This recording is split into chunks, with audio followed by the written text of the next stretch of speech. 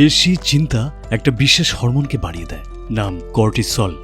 এটার পরিমাণ বাড়লেই শরীরের ভেতরে শুরু হয় নীরব ক্ষতি। কর্টিসল হলো একটি হরমোন যা মূলত অ্যাড্রিনাল গ্রন্থি থেকে নিঃসৃত হয়। যখনই শরীর স্ট্রেস বা বিপদের সংকেত পায় তখন কর্টিসল বাড়ে। এটা শরীরকে এনার্জি সাপ্লাই করে, ব্লাড সুগার নিয়ন্ত্রণ করে, ইনফ্ল্যামেশন কমায়, আর এটা সার্ভাইভালের জন্য খুব গুরুত্বপূর্ণ। কর্টিসল সকালে বেশি থাকে তাই এনার্জি দেয়, আর রাতে কম থাকে তাই ঘুম আনতে সাহায্য করে। কর্টিসল যখন বাড়ে তখন ইমিউনিটি কমে যায়, শরীর ইনফেকশনের বিরুদ্ধে দুর্বল হয়ে পড়ে। এছাড়াও অ্যাংজাইটি বাড়ে, ওজন বেড়ে যায়, পেশি দুর্বল হয়ে যায়, ক্লান্তি আসে, ব্লাড প্রেশার বাড়ে, লং টার্মে হার্টের রিস্ক বাড়ে, ঘুমও নষ্ট হয়।